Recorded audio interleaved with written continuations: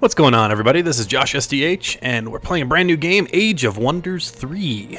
It just came out today, and I saw some folks do some Let's Plays of it, and really thought it looked like my type of game.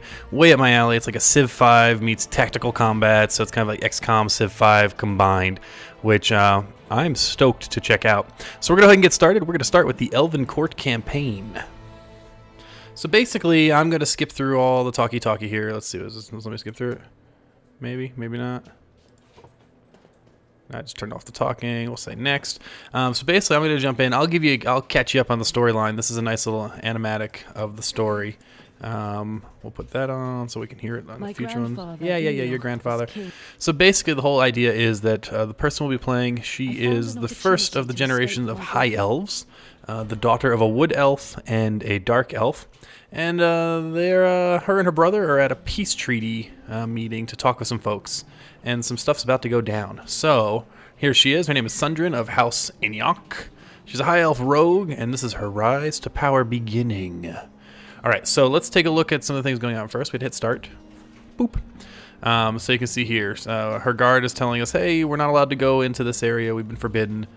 So lead us, your highness, yours command. And she says, okay. So basically, she's going to come hang out with the army here. So we'll move her over. Boop. And you'll see we have her. And we can click on her to get some more info, and there's all sorts of stuff going on, which we'll talk about kind of as we play. I'm not going to teach how to play. It's going to be more like I'm actually learning too. But as we're going, we'll explain things or figure it out together, and I'm sure I'll make mistakes. So if you're a big Age of Wonders fan and been playing forever, go ahead and leave comments and let me know what I'm messing up, because I'm sure it'll be something. So basically right now I have my Sundrin of House Inyok. She's my leader, my high elf rogue. I also have a high elf storm sisters. They're kind of cool. They do lightning and all sorts of stuff, and they can see invisible things, and that's cool. We have two union guards, or actually we have one union guard. We have her pikes. We have some swordsmen, and then we have a couple of groups of archers. And so let's see here. So we can read these tips. They're going to pop up. I should join my army. Okay, I got it, yeah. So we can click this to say, how do I join an army? So moving, joining, and so there's also ways of splitting an army over here. So there's ways to do it if and when we need to go that route. So we'll dismiss that hint. We have a mission. Our first quest is going to be hunt the bandits. Luckily, they're not that far away. And then there's some stuff about being a leader. It is time for me to lead and determine my own destiny. There are many ways I can do that. I should strive to improve myself. I can do this through battle and through study. Ooh, that sounds like work, so let's ignore that for now. And Tome of Wonders is kind of this fantastic book of everything, and it's everything you could want in the game. So far, the one thing I wish this was on the iPad. So I can just sit and read and kind of learn about the game and all the different features. And who knows, maybe one day we'll get lucky or someone will port it out. You never know. But first things first, let's do some researching. So basically, every hero you have has the ability to use different types of spells, is my understanding.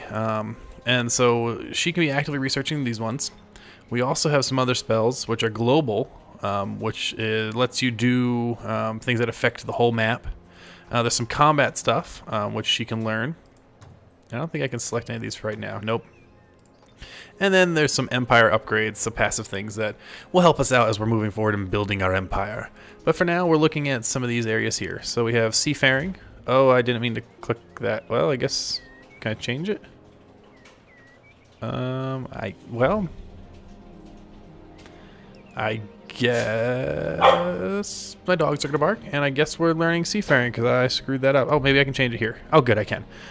I'm gonna start with Cloak and Dagger, actually. That's the one I want. So I'm going to get more spellcasting points, which means I can cast more spells per turn. Alright, so whoa, map is really sensitive right now. So let's come back up. And we'll go ahead and take our first turn here. Alright, so a new day has dawned. It's the beginning of turn 2. And we're going to take our army and we're going to go and fight these guys. We're going to move our way there. So you'll see we have movement points for each item, each unit in the army, and as they run out of movement points, this will decrement down. And once the lowest common denominator is reached, they have to stop moving. So they can no longer move. Even though my hero could, these folks can't. So we are done. So I will end my turn. Now, what's going on? Wait, what? Okay, I knew this was coming. That's the whole point of this kind of campaign. But basically, here's what's going on. The orc where my brother was meeting with says that there was some sort of tyranny, and my brother tried to have a fight and got himself killed, and now everyone and their cousin is off to war. Obviously, I don't think that's true. So we're gonna fight back. So the council is a lie. I will find out what truly happened. So we're gonna get better troops, and we're gonna go and fight this guy. And we now have war declared, and we can negotiate. Let's see who this guy is. This is the man. This is Gamblag, the master of origins. He's an orc theocrat. He's slightly evil, and we're at war with him.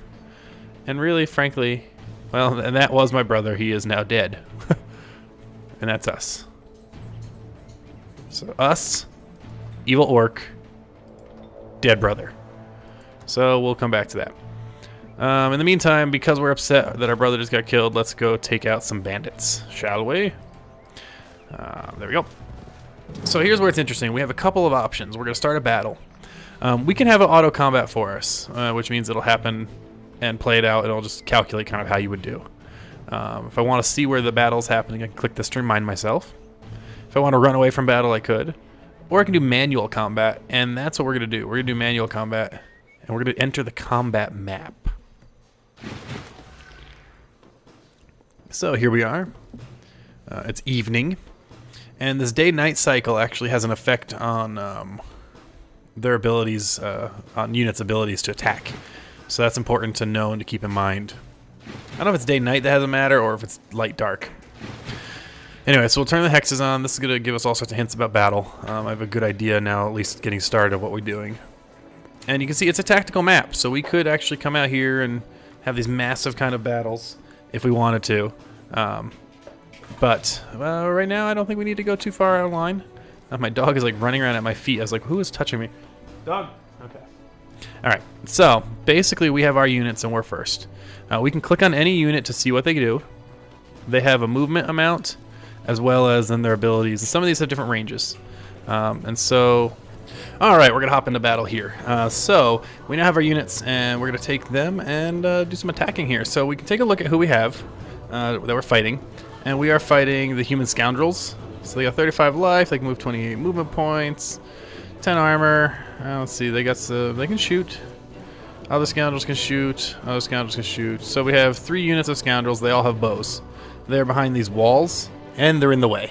So as we can see, we got to also consider line of sight and all of that jazz as we're attacking. So we got some options. I'm thinking what we're going to do is we're going to bring up our longbowmen over to here.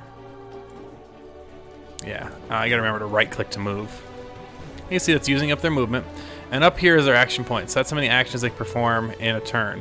So I've used some of them, but we still have the ability to shoot. And so right now you can see there's a line of sight penalty of 50% because of the barricade in the way there. So we didn't do too much damage, but that's okay because it's getting me ready for what I want to do. So I can charge and take out the barricade, which is what I'm going to do now. And we're going to be ready for... Oh, actually, we didn't even do enough to take out the barricade. Unfortunate. We're going to move the Storm Sisters over this way. Come on. And they're going to drop some lightning on these fine fellows here. It's weird to me that lightning gets blocked by a barricade, but I guess they're zapping it from their hands and not like directly from the sky. So I suppose that makes sense. I guess. I don't know. We're going to move them over here. Basically, I'm going to try to come in from this side. But these guys are going to come over here. And they're going to protect my big boss here. But first, let's go ahead and attack them. Yeah, I guess we'll do that. Drop your arrows! Boom, boom. And do very little damage. And now we got the big boss, who's going to come just flat out take out this barricade. Nice. Okay, it's weird that the map just jumped there. So there's no barricade. Now our swords folk, they have no movement left that they can do, so all they can do is kind of hunker down. And everyone else is going to hunker down with their last points. There we go. Okay. So now the independents are going to do some stuff. What are they doing? So their arrows are going to shoot my boss. Still doing okay. I like that the life is reflected on the flag. That's actually kind of cool. All right, so we no longer have to worry about the line. Oh, we do have line of sight issue still. Well, that's frustrating. Run them on down. So my here. Oh.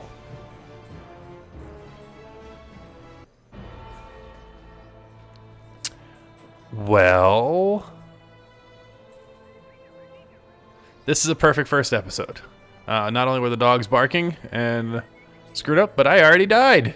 So we will restart and we will do much better because I obviously didn't think that one through very carefully. So thanks so much for watching and we'll catch you later. Bye.